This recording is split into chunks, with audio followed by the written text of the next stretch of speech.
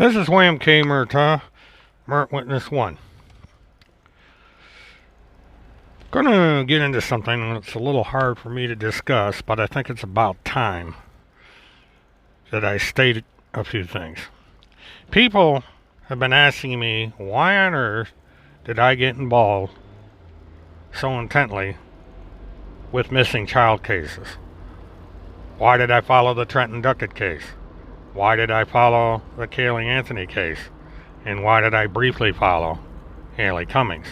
And why am I so intent on anyone that exploits missing and abused children to make money?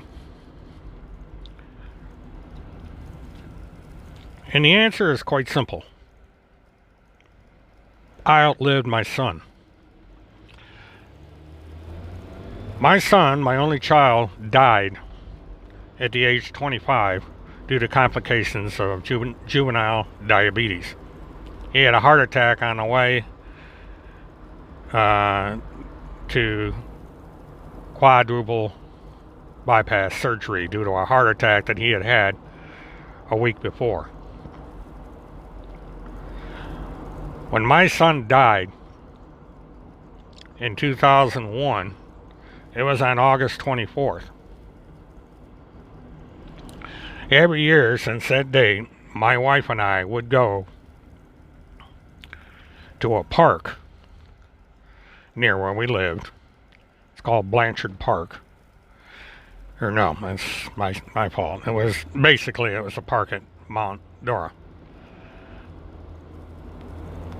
And we would remember our son, and we would release 3 balloons. Red for me, yellow for her, and blue for John. These were our favorite colors. This is something we did every single solitary year. Did it on his birthday, and we would do it on the day he passed away. It wasn't a celebration, it was a remembrance. In 2006, on the weekend of my son's death, we went to the park and we did our ceremony. On the way home, there was breaking news on the radio station we were listening to, and it was reported that Trenton Duquette had gone missing.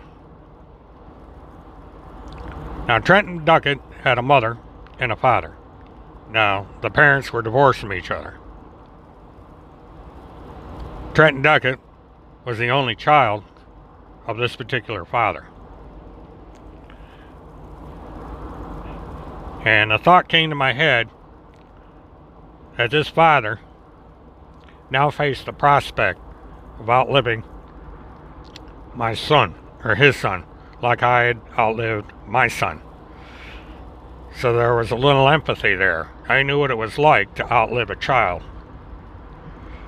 And it's a bitter experience. You never get over it. And it's one of these things that's hard to talk about. Anyway, so I got involved with Trenton Duquette. I would join forums. I would join chats. I was able, because I lived in the area, was able to go over and I took pictures of the apartment, their house, and areas around where Trenton disappeared, and some of the suspected places that the mother may have been, and other things. And that's all I did. I took pictures, I made a photo bucket account, and I put the pictures up there. And there was a bit of a turf war going on because there were people that kind of owned the Duquette case that didn't like the idea that this outsider was barging in. And while I was accepted by some people, I was rejected by others. And I did make a few boneheaded mistakes that I regret. You can't undo what you did. You just own up to your mistakes and move on. And eventually attention faded on the case because the child was never found. The mother committed suicide.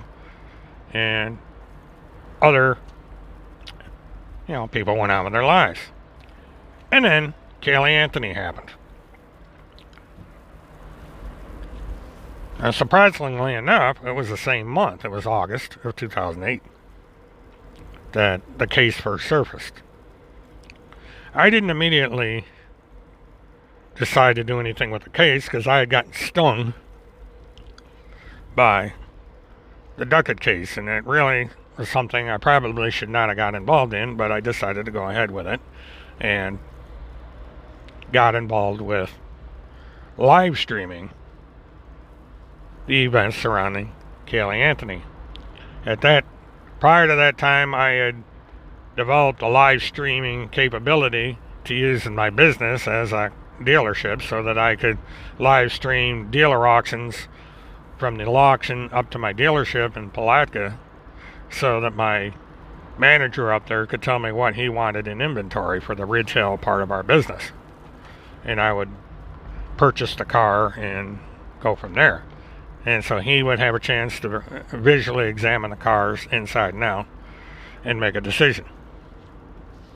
And so I adapted that capability to live streaming from a moving vehicle, which was something that had not been done by a private individual at that time. You know, we had the OJ chase and everything, but that was done by commercial media that had the mountain of money to spend on commercial and professional grade equipment to do that sort of thing. I was able to do the same thing for a very small amount of money with off-the-shelf parts, mainly closed-circuit security cameras. And so in the beginning, I used a webcam while I was reconfiguring the live truck that I had that had come off lease.